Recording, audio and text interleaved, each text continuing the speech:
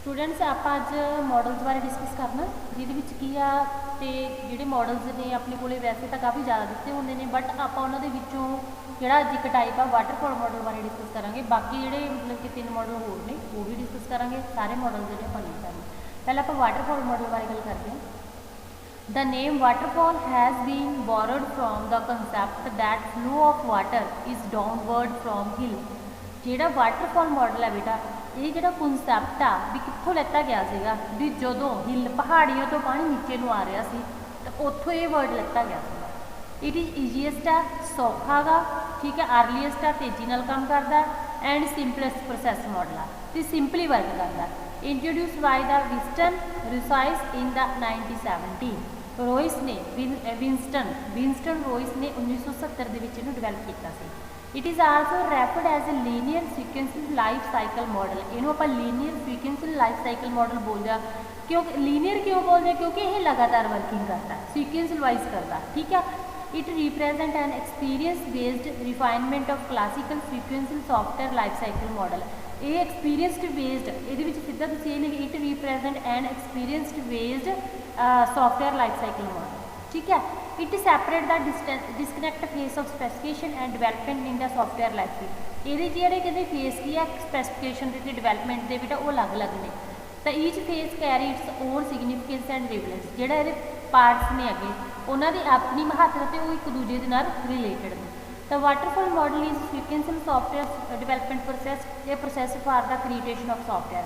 मतलब कि जो सॉफ्टवेयर को क्रिएट करते हो एक प्रोसैस है in which development is seen as following steadily downward like a waterfall through the phases के थ्रू की है नीचे वो वर्क है जोड़ा करना शुरू करते हैं। जिमें आ एक पिक्चर दिखाई हुई है बेटा कि है वाटरफॉल आ देखो पहला स्टैप है फिर दूजा फिर तीजा फिर चौथा पांचवा इस तरह एक पानी की तरह की कर रही है ये नीचे water cascading down the waterfalls के द्वारा जा रहे हैं, ठीक है। अगे आगे as the flow of control is top down. मतलब कि आप वाटरफॉल मॉडल में कह सकते हैं टॉप डाउन अप्रोच भी बोल सकते हैं, ठीक है। It is also known as a top down approach. Therefore one development stage should be completed before the next begin. पहली डिवेलपमेंट कंप्लीट होने तो पहला ही मतलब नैक्सट चलने तो पहली कंप्लीट होनी चाहिए। पहला फेस अपना कंप्लीट होगा फिर नैक्सट शुरू होगा। तो at the end of each face जो हर एक के एंड की गल करते हैं हर एक पार्ट से review take place to determine if the project is on the right path the whether और नॉट टू कंटिन्यू और डिस्कार्ड द प्रोजैक्ट। तो देखो ये रिव्यू लेना भी जेकर प्रोजैक्ट अपना सही पाथ दे तो उन्होंने आप कंटिन्यू कर देंगे अदरवाइज उन्होंने की कर देंगे आप बंद कर देंगे। तो waterfall life cycle model has 2 वेरिएंटेशन। 2 तरह की वेरिएंटेशन है ये ओरिजिनल वाटरफॉल मॉडल एक होंगे अपने को मॉडिफाइड वाटरफॉल मॉडल। 2 तरह के मॉडल यूज किए जाते हैं। पहले आप ओरिजिनल वाटरफॉल मॉडल बारे डिस्कस करेंगे फिर आप मॉडिफाइड। ओरिजिनल मतलब जो असली होंगे मॉडिफाई जिहदे विच कुछ की कर देंगे आप चेंजिस कर देंगे। ओरिजिनल वाटरफॉल मॉडल और कहते कन्वेंशनल लाइफ साइकिल मॉडल। ये की है कन्वेंशनल लाइफ साइकिल मॉडल, ठीक है। इनू आप ओरिजिनल वाटरफॉल में आप कन्वेंशनल लाइफ साइकिल मॉडल भी बोल सकते हैं। In this model the flow of the face is in one direction only. इस मॉडल के है बेटा जो फ्लो आ पार्ट का अपना एक डायरैक्शन में काम करता सिर्फ। It is preferred for the software which is not suppose to change with time. बेटा ये उस सॉफ्टवेयर के लिए बेस्ट होंगे जोड़ा समय के नाल चेंज है जोड़ा नहीं होंगे, ठीक है, उस तरह का होगा। The finding of one phase are fed to subsequent next phase. जिहड़ियां एक फेज दी इनपुट फ्लो नैक्सट फेज के यूज होणगियां आउटपुट, ठीक है।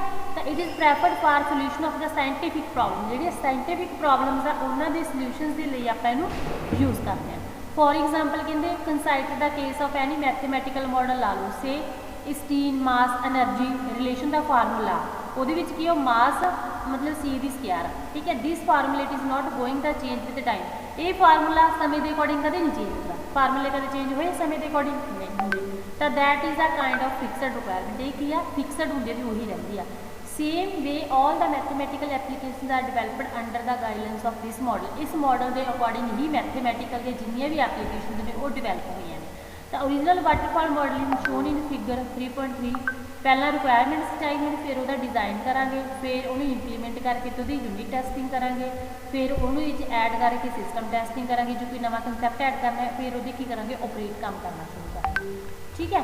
तो ये सीगा अपने को ओरिजिनल वाटरफॉल मॉडल। हुण आपां पढ़ांगे मॉडिफाइड वाटरफॉल मॉडल कहते जिहड़ा द रिवाइज्ड वाटरफॉल मॉडल जिहड़ा रिवाइज हो जाता भी जिहड़ा मतलब कि दोबारा आप यूज़ करते हैं model provide for validation of the phase output in the software life cycle तो मतलब कि ये आउटपुट है जी शो करते हैं मतलब आउटपुट बेस्ड वैलीडेशन भी आउटपुट के आधार पर चैक की जाती है भी कदों तक यही काम करूँगा तो this approach modify the strictly sequentially approach prescribed by classical life cycle model and the advance and incremental development strategy इस अप्रोच के चीज़ है भी मॉडिफाई मतलब चेंजिस की जाती है स्ट्रिक्टली वे ना आप स्ट्रिक्टली पूरी हार्डली वे दे नाल आपां जो भी अप्रोच यूज़ किए जिवें क्लासिकल लाइफ साइकिल मॉडल है तो एक अपना एडवांस मतलब ये कुछ होर नवीं टैक्नोलॉजी ऐड कर देंगे ठीक है incorporating a step wise development strategy for the system specification and the कहते system architecture as well as phase wise validation help to better manage the effect of the poor decision and make to the software development process more controllable ये की है जो इनकारपोरेटिंग का मतलब होंगे गा सहयोग के नाल काम करना स्टैप वाइज जी डिवेलपमेंट होंगी है अपने को सिस्टम की उन्होंने स्पैसीफाई करवाना तो सिस्टम के आर्किटेक्चर में as well as phase wise validation मतलब कि वही भी जिमें भी फेस अपने काम करते हैं भी वो वैलीडेशन लिमिट है जी हेल्प करती है अपन ये सारे जिन्हें भी पुअर डिसीजन गलत डिसीजन होंगे उन्होंने मैनेज करने तो to make the software development process more controllable जिहदे नाल अपनी सॉफ्टवेयर की प्रोसैस ज़्यादा कंट्रोलेबल ठीक है तो अगे अगर modify waterfall model shown in figure पहला रिक्वायरमेंट की डेफिनेशन फिर सिस्टम एंड सॉफ्टवेयर में डिजाइन है फिर इंप्लीमेंट की यूनिट टेस्टिंग है इंटीग्रेशन एंड सिस्टम टेस्टिंग है ऑपरेशन एंड की है मेनटेनेंस गल वही आ बट की रिपीट किए हुए हैं देख लो जे सिस्टम एंड सॉफ्टवेयर डिजाइन सही नहीं उन्होंने दोबारा रिपीट करता एरो लग्या हुआ है ठीक है इस तो बाद क्या बटे जिवें इंप्लीमेंटेशन यूनिट टेस्टिंग सही नहीं है और रिक्वायरमेंट्स के चेंजिस करने कोई रिक्वायरमेंट के चेंज हो रही है इस तरह मतलब चेंजिस है जी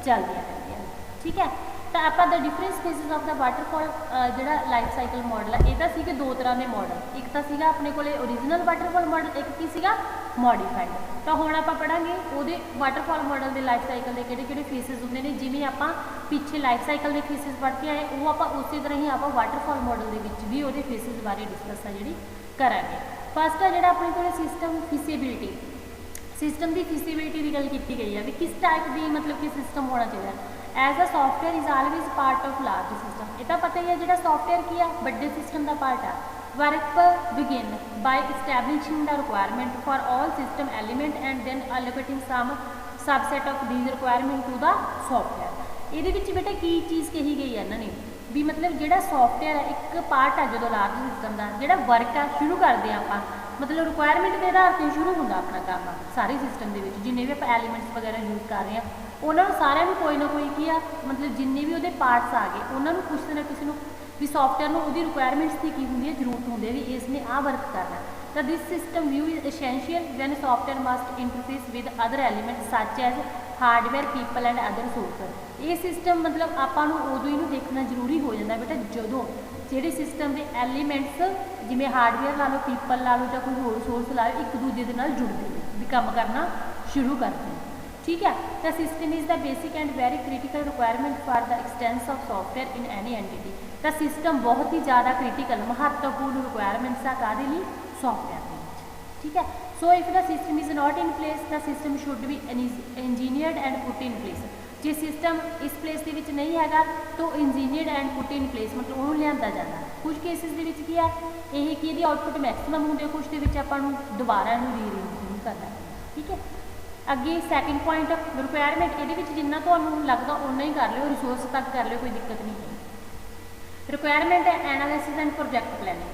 कहते software specification is process of establishing what service are required किस टाइप की सर्विस ये अपन जरूरत है एंड कहते concentrate to the limits on the system operation and development भी वो उपर जो ऑपरेशन जी डिवेलपमेंट करनी है वो उपर कि लिमिट्स अपलाई की जाएगी तो this is also known as feasibility study तो इनू आप फिजिबिलिटी स्टडी भी कह सकते in this phase the development team visit the customer and study their system ये की करती जी डिवेलपमेंट टीम होंगी है बेटा वो करती है कस्टमर को विजिट करती है देखती है तो उन्होंने बारे की करती है सिस्टम बारे स्टडी करती है तो they investigate the need for possible software automation in the system तो वो इन्वेस्टिगेट करती है भी किहड़े मतलब कि अपन सिस्टम के चीज़ों की होर जरूरत है तो बाय द एंड ऑफ कहते कि feasibility study the team furnishes the document that hold the different specific recommendation for the candidate system की करूगी जी फिजिबिलिटी टीम है, फिजिबिलिटी स्टडी तो जी टीम होगी की करूगी जोड़े अलग अलग ये रिकमेंडेशन है कैंडिडेट सिस्टम के बारे उन्होंने इंक्लूड कर लूँगी। एक इंक्लूड कि करूगी जिवें पर्सनल असाइनमेंट हो गई,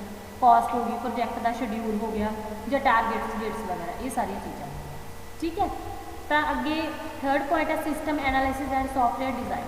इन this phase the software and development process the software overall structure भी सॉफ्टवेयर का पूरा स्ट्रक्चर ये आ जाता है एंड इट्स नुएंसिस आर डिफाइंड। ये मतलब कि इट्स जो भी नुएंसिस है जो भी ये जरूरत है नीड्स आर डिफाइंड। नुएंसिस की जगह तो तुम नीड्स कर लो, नीड्स है जी डिफाइन की जाती हैं in the term of the client server technology the number of tiers needed for the package architecture. Tiers मतलब कि स्टैप होंगे भी जब क्लाइंट सर्वर टैक्नोलॉजी के नंबर ऑफ टायर्स की जरूरत पैंती है। ठीक है, पैकेज आर्कीटैक्चर तैयार करने, डाटाबेस डिजाइन करने के लिए, data structure design etcetera all defined in this space. ये सारी चीज़ें आप system analysis and software design के डिजाइन करते। जी सॉफ्टवेयर डिवेलपमेंट मॉडल है कि ये क्रिएटर वैरी क्रिटिकल होंगे important in the whole development cycle के मतलब बहुत ज़्यादा इंपॉर्टेंट है।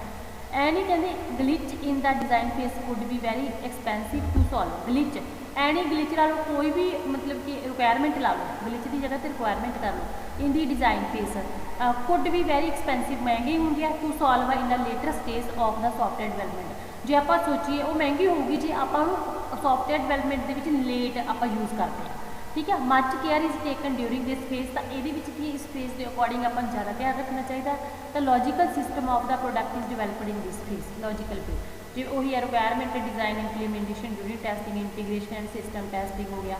इस तो बाद ऑपरेशन इन्हें परफॉर्म। इस तो बाद आ गया बेटा कोड जरनेशन। कोड जरनेशन के होंगे भी जी भी आप डिजाइन कर लिया सिस्टम उस तो बाद की करते हैं बेटा कोडिंग के लिखते भी मशीन रीडेबल फॉर्म के चला जाता। तो design must be translated into machine readable form. तो code generation step perform this task. तो कोड जरनेशन इस चीज़ को परफॉर्म करूँगा। If the design is performed in the detailed manner, जो डिजाइन अपन डिटेल्ड मैनर में परफॉर्म किया गया पूरी डिटेल तो code generation can be accomplished without much complication. बिना कंप्लीकेशन के पूरा हो जाएगा काम। Programming tools like compiler interpreter debugger are use to generate the code. ये सारिया चीज़ा टूल्स है जी मतलब कि डिबगर वगैरह भी कोड जनरेट करने यूज़ करते हैं। तो different high level programming language in like C++ ला लो, सी ला लो, पास्कल ला लो, ये यूज़ किए का कोडिंग। ठीक है, तो प्रोग्रामिंग आप सही एप्लीकेशन के लिए आप सही प्रोग्रामिंग भी करते चूज़ करते। इंप्लीमेंटेशन एंड यूनिट टेस्टिंग कहते वंस द कोड जनरेट हो जाता बेटा तो सॉफ्टवेयर प्रोग्राम टेस्टिंग शुरू हो जाती है जी। Different testing methodology are available to unravel the bug that were committed during the previous phase. But ये की करना सिर्फ once the code is generate, जो कोड जनरेट हो गया तो सॉफ्टवेयर प्रोग्रामिंग टेस्टिंग की होगी शुरू होगी। तो इस तो बाद थर्ड लाइन देखो different testing tools and methodologies are already available. पहले ही उपलब्ध है तो some companies build their own testing tool create कर दिया for that are tailor made for their own development solution. ये चीज़ लिखना जी टेस्टिंग हैगी वो एक ही यूनिट के की जाती है। ठीक है, ये पंजाबी बना लो, जी टेस्टिंग है वो 1 यूनिट के ही करते हैं। अगे आ गया अपने को 1 यूनिट मतलब कि 1 बाय 1 भी पार्ट भी 1 बाय 1 जी टेस्टिंग है की जाती है। The testing is done by part 1 by 1। ठीक है, इस तो बाद आ गया अपने को integration and system testing. In this face की डिफरेंट यूनिट है वो कट्ठियां कर ली जाती इंटीग्रेट कर लेंगे एंड ओवरऑल सिस्टम टेस्ट कट्ठा सिस्टम टेस्ट करते हैं। Integration testing is performed after the unit testing of content. Unit testing तो बाद आ जी परफॉर्म की जाती है। इस तो बाद ऑपरेशन एंड जी आ गई maintenance. Software will definitely undergo change once it is deliver to the customer. मतलब कि जो सॉफ्टवेयर वो की होना चाहिए अंडरगो द चेंजेस, मतलब वो चेंजेस जो होंदियां रहन। ठीक है, इट डिलीवर टू कस्टमर्स को डिलीवर करने तो पहला मतलब वो जो भी चेंजेस करने आप कर सकते हैं। तो देयर आर कहते मैनी रीजन फॉर चेंज करने के बहुत सारे कारण हो सकते हैं। Change could happen because some unexpected input value into the system. कुछ इदा की इनपुट वैल्यू ऐड हो जाती है जी आप नहीं चाहते होंगे। In addition the change in the system को डायरैक्टली इफेक्ट द सॉफ्टवेयर वो जी आप चेंजेस करा सिस्टम के सीधा ऑपरेशन से प्रभाव पऊगा। तो software should be developed to accommodate change that could happen during the post implementation period. तो मतलब कि जी चेंज है भी वो चेंजेबल होना चाहिए अपना सॉफ्टवेयर भी आप इंप्लीमेंटेशन तो बाद भी उस चीज़ को कर सकते हैं। ठीक है।